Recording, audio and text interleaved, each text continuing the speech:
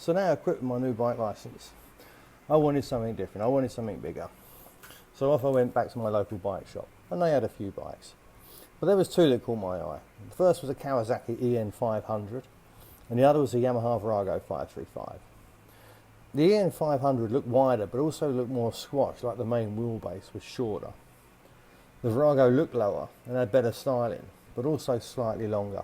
Now, I'm not a small man, I'm 6'4", so I wanted something that could accommodate my size better. I tried the EN500, but because of what appeared to be the shorter wheelbase, it felt very compact and I felt very squashed. So my mind was made up. I bought the Virago.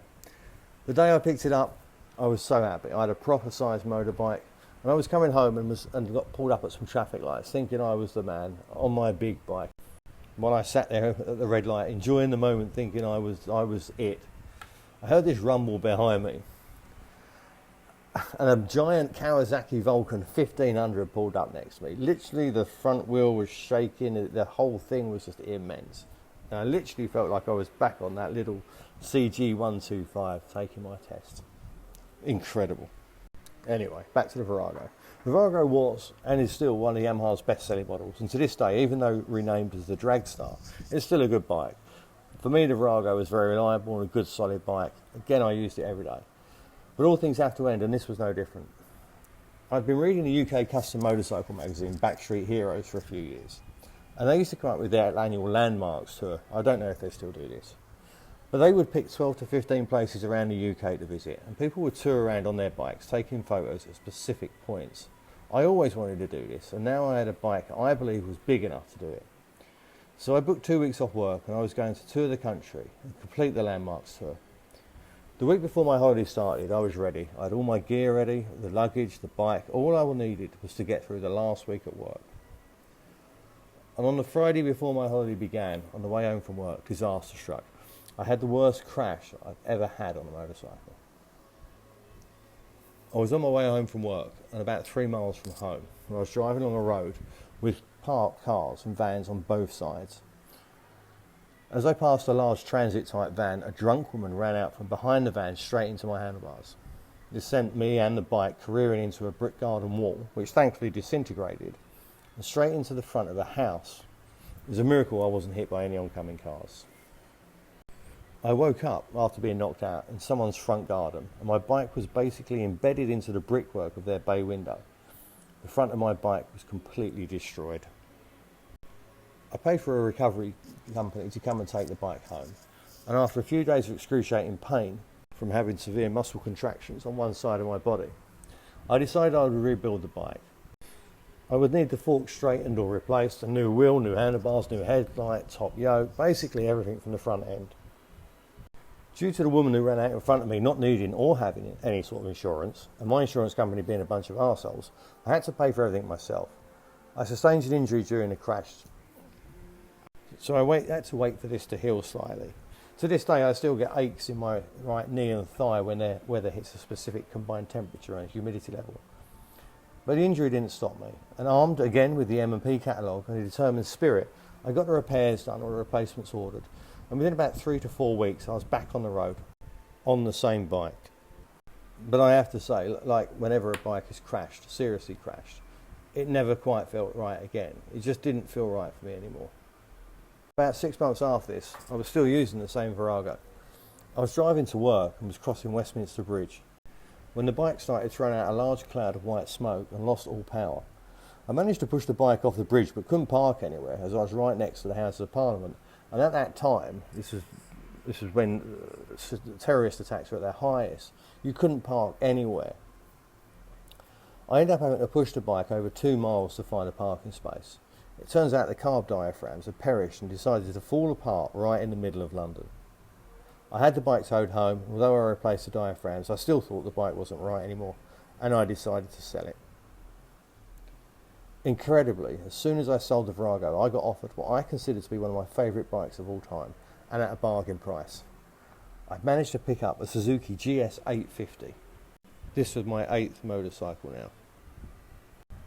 As mentioned before, and I'm sure I'll mention it again, all bikes this age come with issues, and this one was the same. It had wiring problems.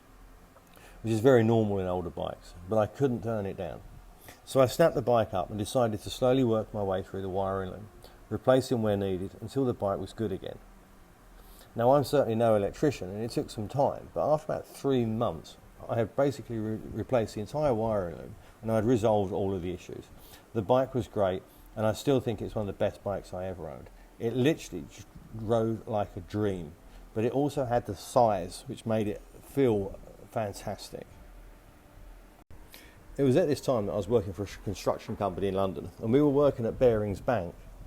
For those of you that remember, Bearings Bank collapsed because of insider trading.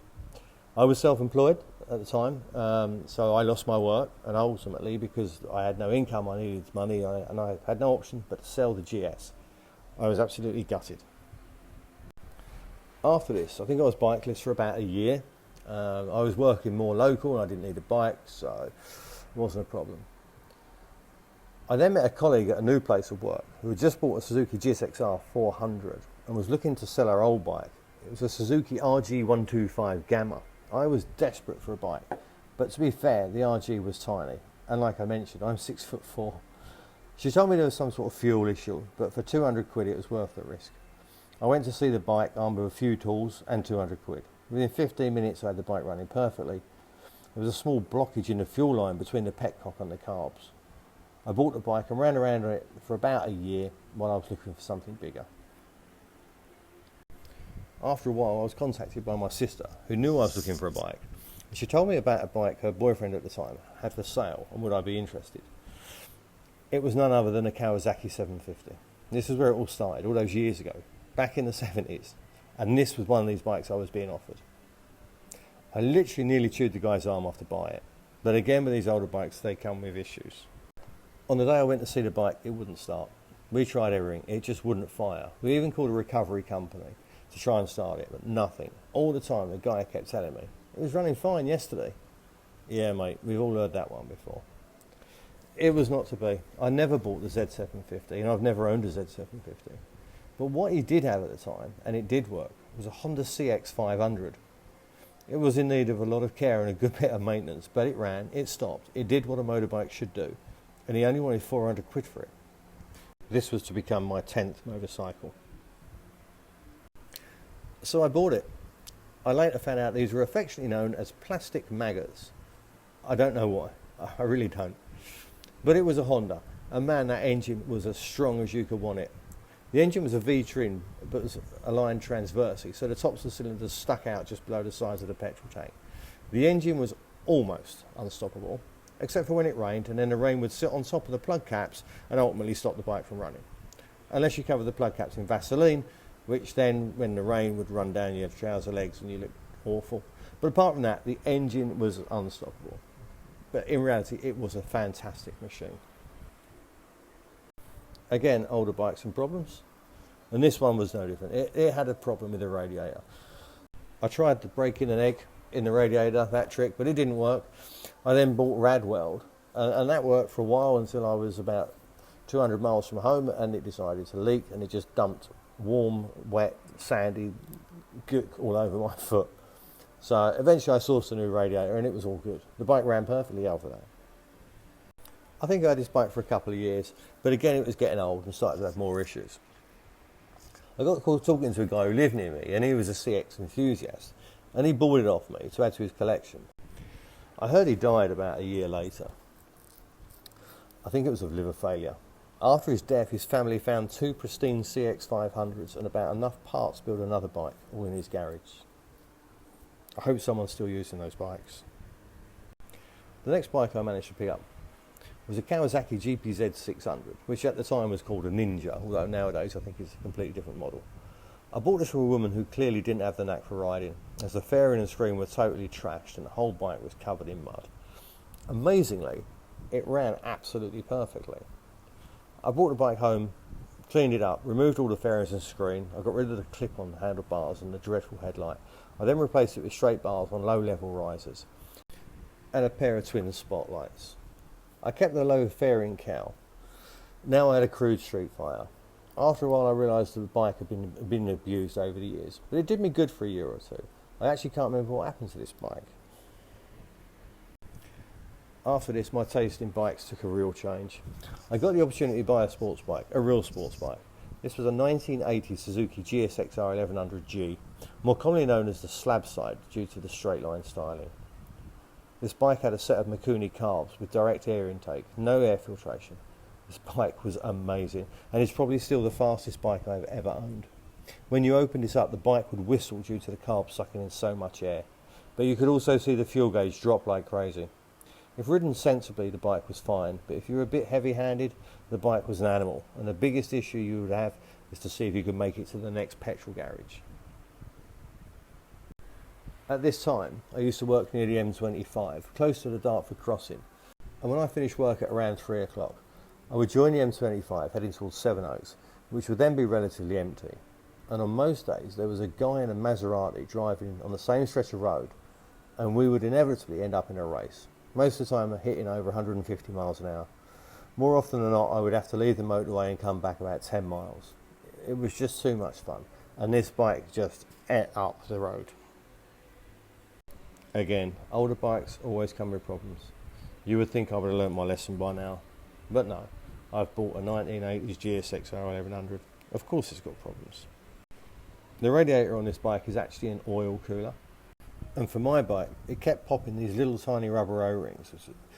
It was a constant issue and a pain all the time having to strip out the oil system just to get to these two O-rings. After a while I decided enough was enough and I sold the bike to a friend of mine.